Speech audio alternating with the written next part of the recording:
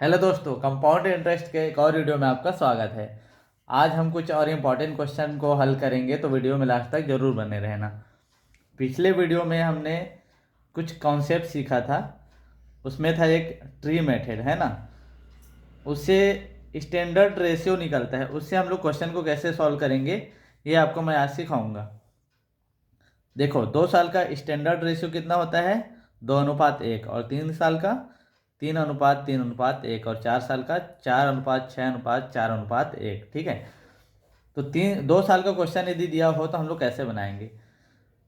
इसमें एक चीज़ याद रखना, मूलधन, दर और समय ये तीनों दिया हुआ रहना चाहिए। ठीक है, तभी ये काम करेगा। और तुरंत हम लोग क्या है, कैलकुलेशन से, ज़्यादा कैलकुलेशन से बच जाएंगे इसमें। तो देखो कैसे बनेगा। 2 साल का दिया है, देखो तो 2 साल का स्टैंडर्ड रेशियो कितना होता है? 2:1। ठीक है, तो यहाँ लिख दो आप। और 10,000 का 10% निकाल दो। ठीक है, तो 10,000 का 10% कितना होता है? 1,000 होता है। ठीक है, 2 जीरो से 2 जीरो काट देंगे तो 1,000 आ जाएगा।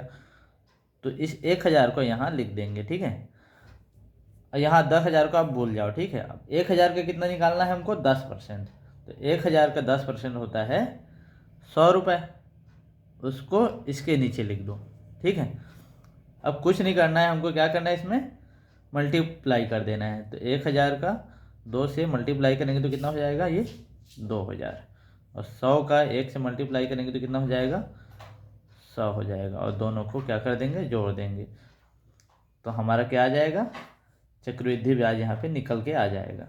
तो 2,100 हमारा आंसर हो जाएगा। देखो, स्टैंडर्ड रेशियो से अपन 3 साल का कैसे निकालेंगे?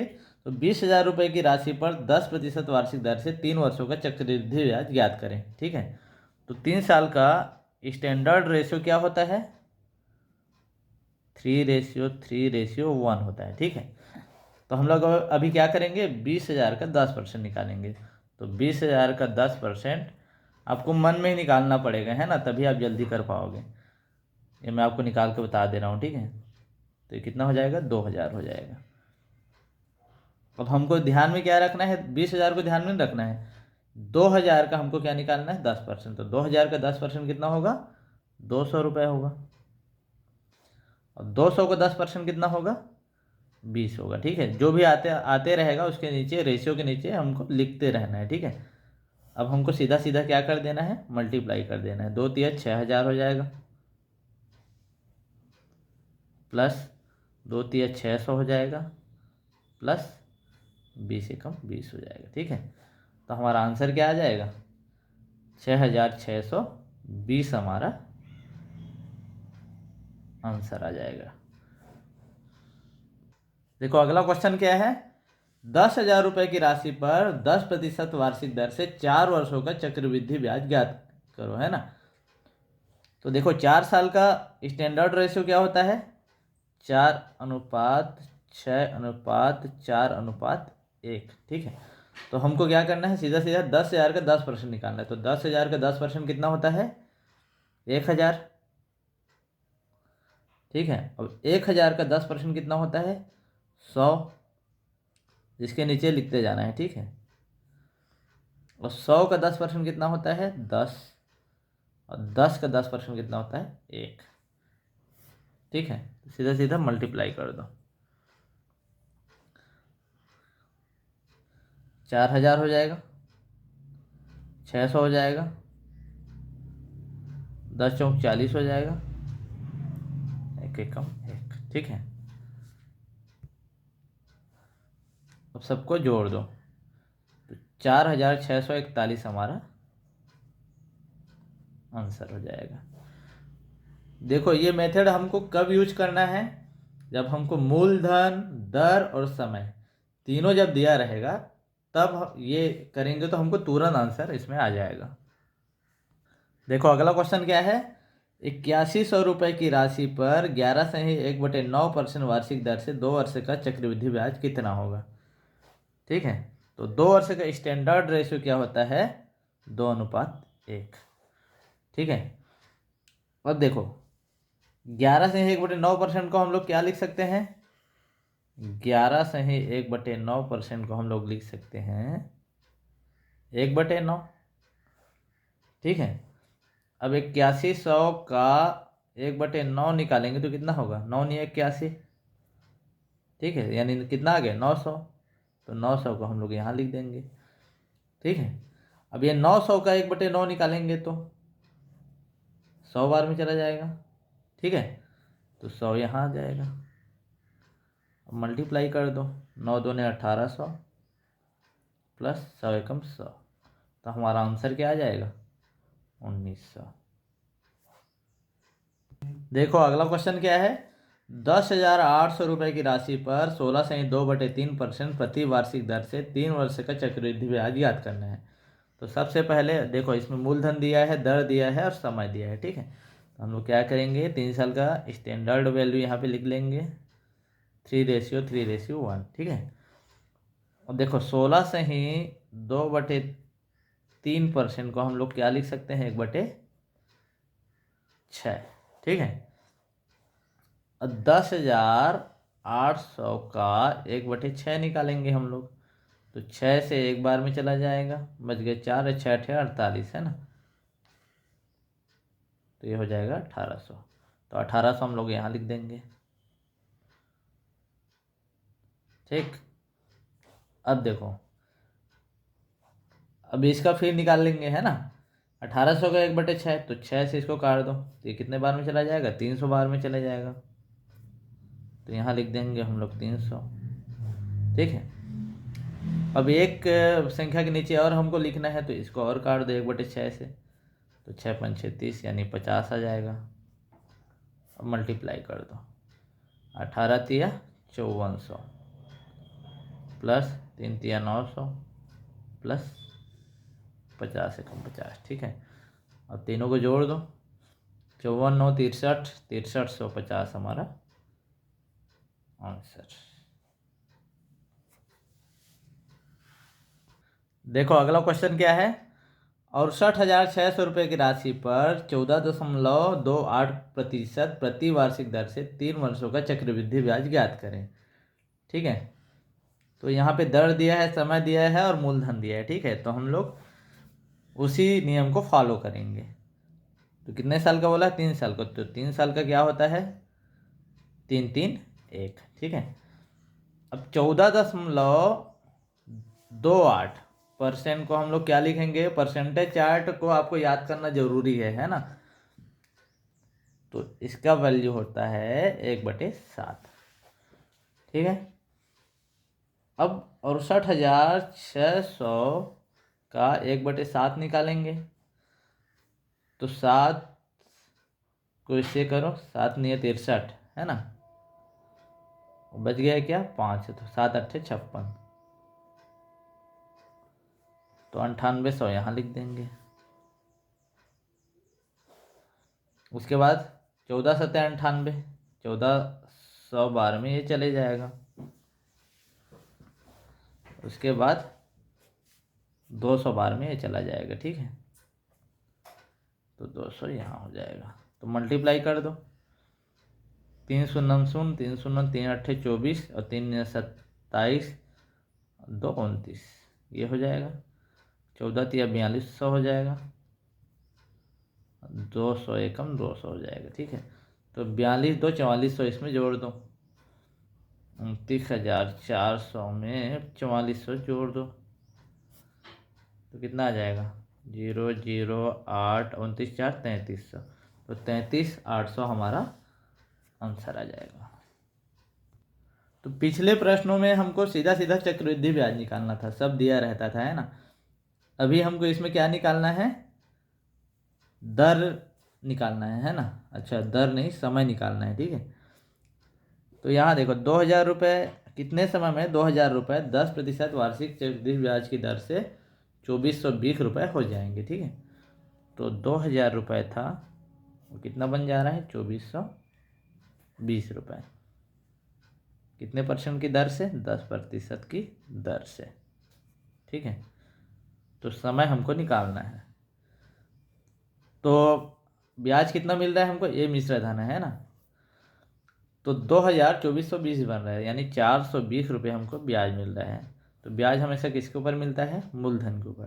तो मूलधन क्या है? 2,000 रुपये। ठीक है, तो 100 से मल्टीप्लाई कर दो तो हमको टोटल ब्याज हमको पता चल जाएगा। तो ऊपर 3 शून्य है, नीचे भी 3 शून्य काट दो और 2 से 21 बार में चला जाएगा। तो टोटल ब्याज मिल रहा है 21%। ठीक है, और 1 साल का ब्याज कितना है? 10%। ठीक है, तो 1 साल का ब्याज है 10%, तो दूसरे साल का ब्याज भी कितना है? 10%।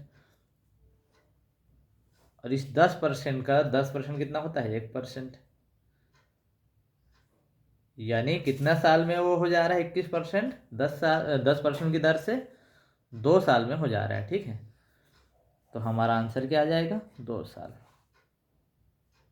देखो अगला क्वेश्चन क्या है? 30,000 रुपये की राशि पर 7% वार्षिक दर से निश्चित समय के लिए चक्रवृद्धि ब्याज 4,347 रुपये है, वह समय क्या है? वहाँ देखो, यहाँ समय निकालना है, तो कैसे निकलेगा? 30,000 रुपये पे चक्रवृद्धि ब्याज कितना मिल रहा है? 4,347 रुपये। ठीक है, तो 4,347 रुपये ब्याज मिल रहा है 30,000 के ऊपर। ठीक है, तो टोटल ब्याज कितना निकल रहा है, इसको करने के लिए हम सबसे क्या कर देंगे? मल्टीप्लाई कर देंगे। तो यहाँ से 2 शून्य चला जाएगा, दोनों जीरो को रहने देते हैं, 3 से कटा देते हैं, है ना। तो 3 एकम 3, बच गया 1, 3 चौक 12 हो जाएगा, बच गया 1, 3 चौक 12 हो जाएगा। ठीक है, बच गया 2, 3 या 27। तो क्योंकि नीचे 2 शून्य है इसलिए 2 संख्या के बाद दशमलव हो जाएगा। तो यानी टोटल ब्याज हमको मिल रहा है 14.49%। ठीक है, तो 1 साल में 7%, तो 2 साल में 14 दूने 7 दूने 14 हो जाएगा। ठीक है, इसका मतलब 2 साल में वो होगा। ये हमेशा ब्याज के मल्टीप्लिकेशन में होता है, ये आपको याद रखना है। वो चार्ट अगर आपको याद रहेगा तो ज़्यादा अच्छा रहेगा, है ना। तो यहाँ देखो, पहले साल मान लो 7% लगा, दूसरे साल भी 7% लगेगा। अब यहाँ पे इस 7% का भी ब्याज लगेगा, तो 7 सत्ते 49, तो 0.49% आपको यहाँ ब्याज लग जाएगा। तो इस तरह से ये 2 साल में 14.49% यहाँ पे ब्याज लग जाएगा। देखो अगला क्वेश्चन क्या है? यदि ब्याज की गणना प्रत्येक वर्ष के आधार पर की जाए, 8,000 रुपये की राशि 2 वर्षों में 8,820 रुपये हो जाती है, तो चक्रवृद्धि ब्याज की दर ज्ञात करो। देखो यहाँ दर ज्ञात करना है। ठीक है, तो 8,000 रुपये कितना हो जा रहा है? 8,820 हो जा रहा है। ठीक है, कितने समय में? 2 वर्ष में। ठीक है, तो टाइम है यहाँ 2 ईयर। 820 रुपये ब्याज मिल रहा है, मूलधन के ऊपर ब्याज लगता है ना। तो मूलधन क्या है? 8,000 इंटू 100 कर देंगे, तो ऊपर 2 शून्य 3 शून्य है ना, तो नीचे भी 3 शून्य कट जाएगा। अब इसको कटा दो, 8 एकम 8 हो जाएगा, 8 शून्यम और 8 दूने 16 और बच गया 40, बच गया 8×5 = 40। ठीक है, तो इतना आ गया टोटल ब्याज। ठीक है, और ये 2 साल का है। ठीक है, तो मैंने आपको क्या बोला था? ये मल्टीप्लिकेशन होता है कोई भी दर का। ठीक है, तो 2 साल में इतना है, तो 1 साल में कितना होगा? 5% होगा। अगर वो चार्ट आपको याद रहेगा तो एकदम इजी हो जाएगा आपके लिए, है ना। तो ये आपको याद रखना है। देखिए 5% कैसे आया? मान लो पहले साल ये 5% रहा है ना, और दूसरे साल भी ये 5% रहा है। ठीक है, अब इस 5 का 5% निकालेंगे तो 0.25% आ जाएगा। तो इस तरह से ये हो जाएगा 5 5 10.25% हमारा आंसर। देखो अगला क्वेश्चन क्या है? 2,000 रुपये की धनराशि पर 2 वर्ष के लिए चक्रवृद्धि ब्याज क्या होगा यदि वार्षिक ब्याज की दर पहले वर्ष 4% तथा दूसरे वर्ष के लिए 3% हो। ठीक है, तो देखो मैंने आपको क्या बताया था, 2 वर्ष के लिए अगर अलग अलग ब्याज हो हर साल, है ना, तो उसमें XY मेथड हम लोग यूज कर सकते हैं। ठीक है, तो XY मेथड हम लोग क्या करते थे? X + Y + XY/100। ठीक है, तो पहले साल क्या ब्याज है? 4%, तो यहाँ लिख देंगे, और दूसरे साल 3%, प्लस 4 दिया, ये 12 हो जाएगा, 100 हो जाएगा। ठीक है, तो 4 3 7 और ये हो जाएगा 0.12, तो 7.12% टोटल ब्याज लग रहा है ना। अब क्या करेंगे, 2,000 रुपये का 7.12% ब्याज लगा देंगे इसमें, तो नीचे से 2 शून्य, ऊपर से 2 शून्य कट जाएगा। ठीक है, तो यहाँ से इसको मल्टीप्लाई कर दो,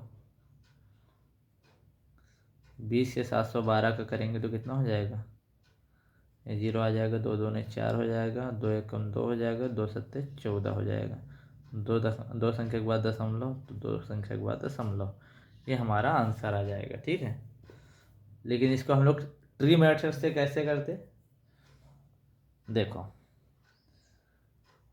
पहले साल कितना परसेंट लग रहा है ब्याज, 4%, और दूसरे साल कितना लग रहा है, 3%।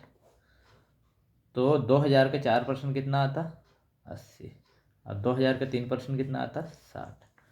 ठीक है, अब देखो, अब ये 80 का, इसका भी ब्याज हमको निकालना पड़ेगा, तो 80 का 3% कितना आएगा, 8 या 24, यानी 2.4 आ जाएगा। ठीक है, अब जोड़ दो, तो ये 80 हो जाएगा और 60 तो 62.4 हो जाएगा, दोनों को जोड़ेंगे तो 142.4 हमारा आंसर आ जाएगा। तो दोनों तरीक़े से हम लोग कर सकते हैं। तो इस तरह से यदि अलग अलग ब्याज दर भी दिया हो और मूलधन दिया हो और समय दिया हो, तो आपको ट्री मेथड से करना ज़्यादा इजी रहेगा। तो इस चीज़ को याद रखना आप। अब देखो अगला क्वेश्चन क्या है, ए ने एक बैंक में 100 रुपये की राशि का निवेश 2 वर्षों के लिए किया। बैंक ने ए को पहले वर्ष में 5%, दूसरे वर्ष में 6% की दर से ब्याज दिया। 2 वर्ष बाद ए को 24,886 रुपये मिले, एक से कमान बताना है ना। तो यहाँ देखो मूलधन नहीं दिया है, यानी ट्री मेथड को भूल जाओ यहाँ पे, है ना। अब हमको दूसरा मेथड यहाँ पे देखना है, तो क्या करेंगे, एक तो अलग अलग साल के अलग ब्याज है। ठीक है, तो एक्स वाई मेथड भी हम लोग कर सकते हैं इसमें। तो पहले साल 5% ब्याज है, दूसरे साल कितना है, 6% ब्याज। ठीक है, और 5 छक्का 30/100 हो जाएगा। ठीक है, तो 6 5 11 प्लस कितना हो जाएगा, 0.3 हो जाएगा,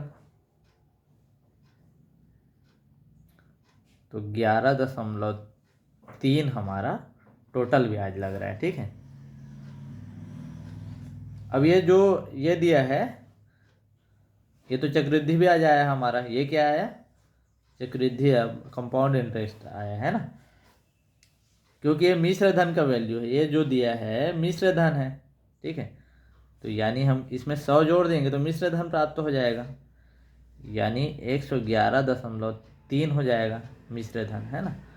और इसका वैल्यू दिया हुआ है यहाँ पे 24,486 रुपये, इसका वैल्यू दिया हुआ है। ठीक है, तो मूलधन हमको बताना है। यहाँ देखो अब 24,486 रुपये जब 111.3 है ना, दशमलव हटाने के लिए यहाँ पे मैं 0 लगा देता हूँ, और क्योंकि मूलधन ज्ञात करना है तो मूलधन तो हमेशा 100% होता है, तो 100 से मल्टीप्लाई कर दो। अब इसको ध्यान से देखो, ये इसको मान लो 113 को छोड़ दो, मान लो 1,000 ही मान लो, इसको 24 मान लो। ठीक है, 24,000 मान लो। ठीक है, तो ये 20 बार में चला जाएगा, यानी 20 प्लस में ही ये ख़त्म होगा, है ना। तो यहाँ देखो ये 6 है, यानी जो भी संख्या से कटेगा उसके इकाई में क्या होना चाहिए, 2 होना चाहिए। ठीक है, तो हम लोग क्या करेंगे, 22 से काट के देखते हैं। तो 22 या 66, 22 से कम 22, 22 6 28, 22 से कम 22, 22 2 24, 22 से कम 22 2 24। ठीक है, इससे कट गया ना, यानी इसका वैल्यू क्या आ जाएगा, तो कितने बार में चला जाएगा ये? 22 बार में चला जाएगा, है ना। तो हमारा आंसर क्या आ जाएगा? 22,000 हमारा आंसर आ जाएगा। देखो अगला क्वेश्चन क्या है। 8,960 रुपये के धनराशि पर चक्रवृद्धि ब्याज की दर प्रथम वर्ष के लिए 12/1/2% तथा द्वितीय वर्ष के लिए 14/2%, 14/2/7% है। तृतीय वर्ष के लिए 10% है। तो 3 वर्ष का चक्रवृद्धि ब्याज याद करो। ठीक है, तो 12/1/2% को हम लोग क्या लिख सकते हैं? 1/8 लिख सकते हैं। 14/2/7% को हम लोग क्या लिखेंगे? 1/7 लिख सकते हैं। और 10% को हम लोग क्या लिख सकते हैं? 1/10।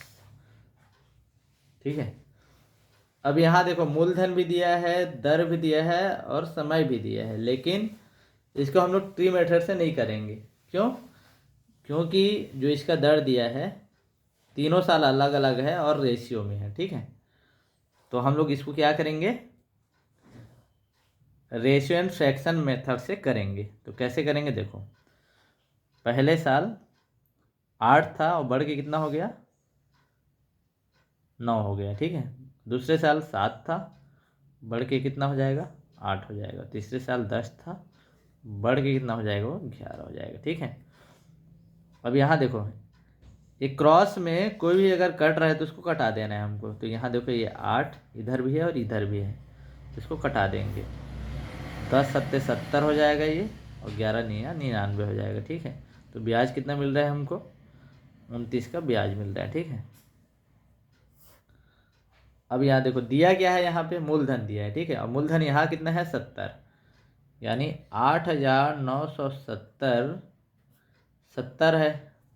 ठीक है, और हमको निकालना क्या है? चक्रवृद्धि ब्याज निकालना है। चक्रवृद्धि ब्याज यहाँ पे क्या आया है? 29। तो 29 यहाँ क्या कर देंगे?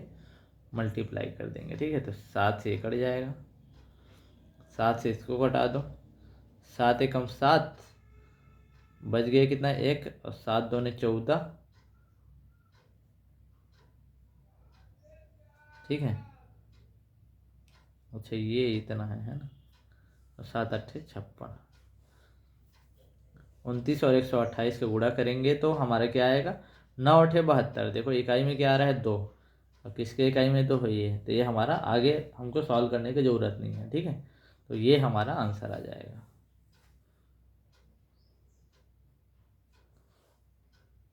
देखो अगला क्वेश्चन क्या है।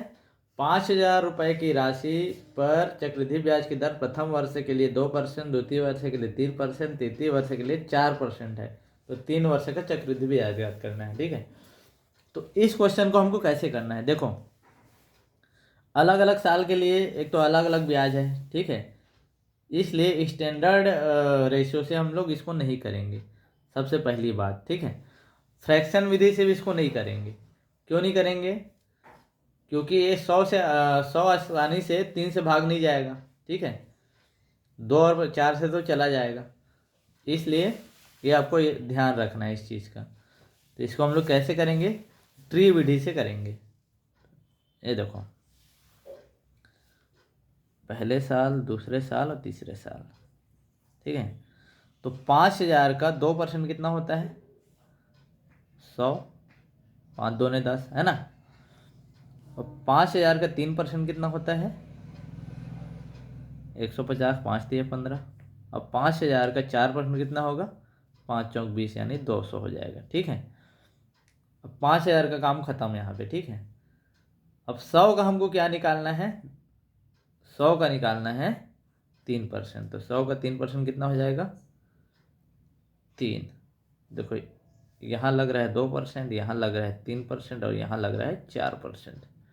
ठीक है, इसीलिए 100 का 3% 3 होगा। ठीक है, अब यहाँ देखो, अब यहाँ हमको ये तीनों का ब्याज यहाँ लेना है। ठीक है, तो 100 का 4% क्या होगा? 4 हो जाएगा। ठीक है, 150 का 4% कितना होगा? 15 चौक 60, यानी 6 रुपये हो जाएगा। ठीक है, और 3 का 4% क्या होगा? 3 चौक 12, तो 0.12। ठीक है, अब सबको जोड़ दो यहाँ, तो ये 100 हो जाएगा, 153 हो जाएगा। और ये कितना हो जाएगा, 6×4 =